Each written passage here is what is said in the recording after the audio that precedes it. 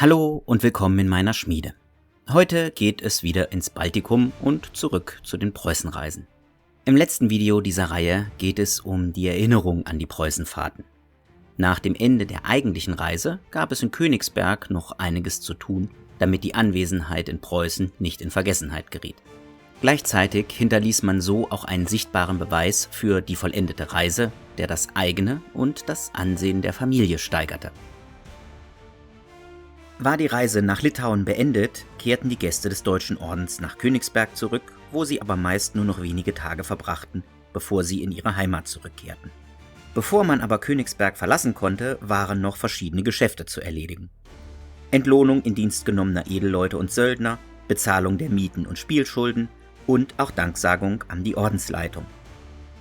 In Königsberg wurde nur dann länger verweilt, wenn die Ordensführung ausdrücklich um eine Verlängerung der Verweildauer bat, um so die Verteidigung des Landes zu stärken. Nach einem letzten Gottesdienst zog man nach Thorn oder Danzig, um von dort aus dann in größeren Gruppen die Heimreise anzutreten.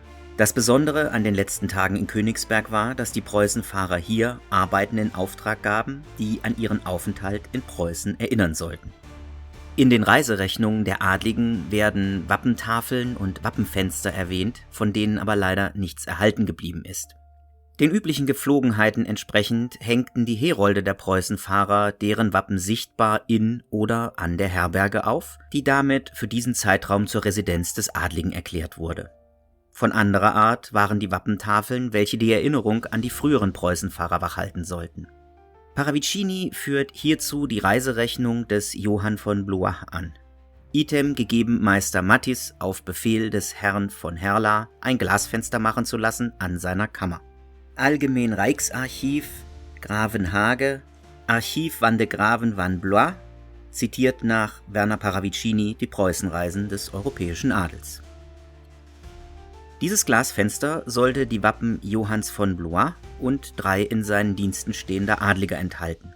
Des Weiteren erwähnt die Rechnung Wappentafeln und Wappenfenster für den Dom in Königsberg, die auch die Wappen des Herrn von Blois und des Herrn von Herler zeigen sollten.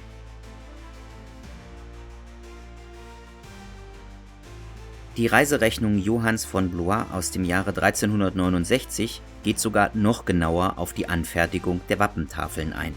Hier werden die genauen Kosten für das Material und die Arbeit wiedergegeben, die nötig waren. Item kosteten 13 trockene Dielen, die Tafeln davon zu machen, darauf gemalt waren der Herren und guten Leute Wappen und Helme, die mit ihm, also Johann von Blois, zu Königsberg auf der Reise waren. Jede Diele 1,5 Skot, macht 19,5 Skot. Item, um dieselben zu tragen, 1 Skot. Item für Hanghelisse, es wird wahrscheinlich Hängedraht gewesen sein, für die genannten Tafeln, gemacht vom Schmied, 8 Skot. Diese Rechnung ließe sich noch weiter fortsetzen, bis hin zu den Preisen für das Pergament, auf dem die Wappen des Herrn von Blois und seiner Gefolgsleute zu sehen waren, die im Haus zu Gotteswerda aufgehängt werden sollten.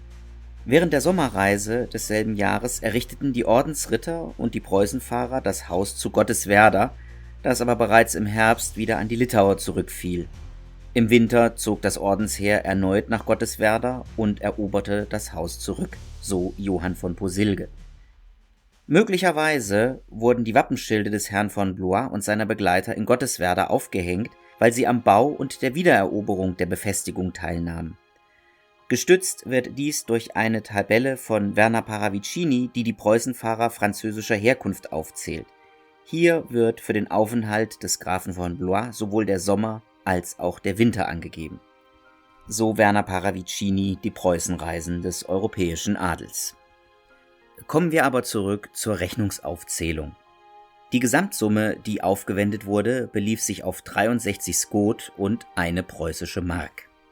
Weiterhin wurde auch ein Maler aus Königsberg beauftragt, verschiedene Wappenschilder für den Herzog zu malen, die für repräsentative Zwecke genutzt wurden, zum Beispiel zum Aufhängen an der Herberge. Außerdem wurden die Erinnerungsstücke, die im Dom in Königsberg hingen, erneuert und weitere hinzugefügt. Der Bericht spricht hier von 50 Helmen, die gemalt und im Dom aufgehängt wurden. Der Wunsch, das Gedächtnis an die durchgeführte Preußenreise wachzuhalten, war nicht nur ein Anliegen Johann von Blois, sondern auch anderer Preußenfahrer.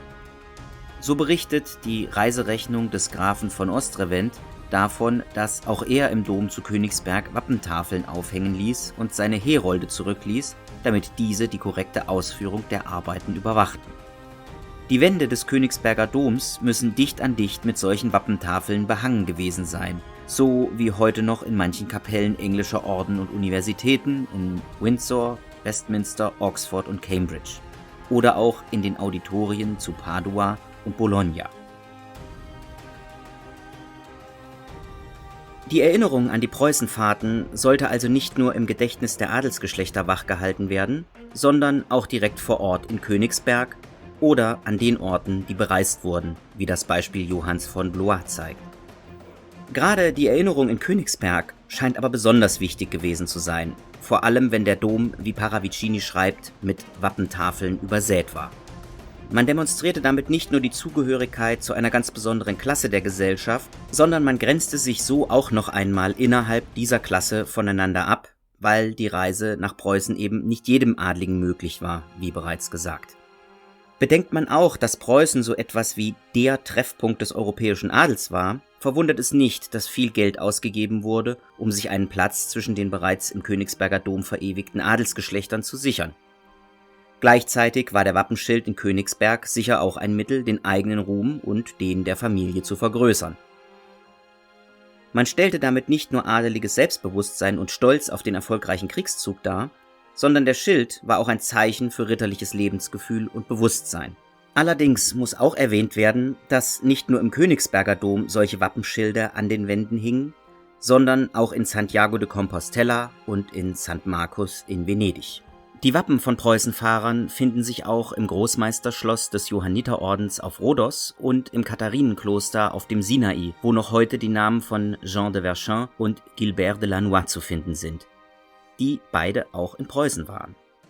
Es zeigt sich also, dass Preußen zwar eine große Bedeutung innerhalb des europäischen Adels hatte, aber keine einzigartige Stellung innerhalb der Pilgerstätten einnahm. Möglicherweise konnte aber auf diesem Pilger- oder Kriegszug adeliges Selbstverständnis und ritterliche Lebensweise besser zur Schau gestellt werden, als auf der Reise nach Santiago und nach Rhodos. Kurz vor Schluss kommt jetzt nochmal ein kurzer Einschub zu Gilbert de Lannoy und Gerhard de Verchamp.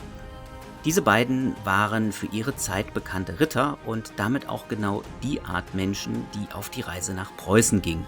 Sie traten die Reise an, um ihr ritterliches Selbstverständnis, aber auch ihr persönliches Ansehen unter ihren Standesgenossen zu steigern. Gilbert de Lannoy stand 1403 bis 1408 in den Diensten Gerhard de Verchamps und zog mit ihm auf den Kreuzzug und, wie erwähnt, auch nach Preußen, wo er dann auch seinen Ritterschlag erhielt. Außerdem begleitete Gilbert Gerhard auf ein Turnier nach Valencia und einen Feldzug gegen die Mauren in Spanien.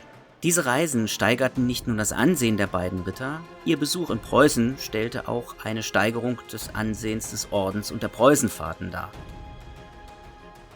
Obwohl sie dort vermutlich nicht ganz so aus der Masse hervorstachen, wenn man bedenkt, dass König Johann von Böhmen und auch der spätere Heinrich IV. Von England zur Reise nach Königsberg kamen.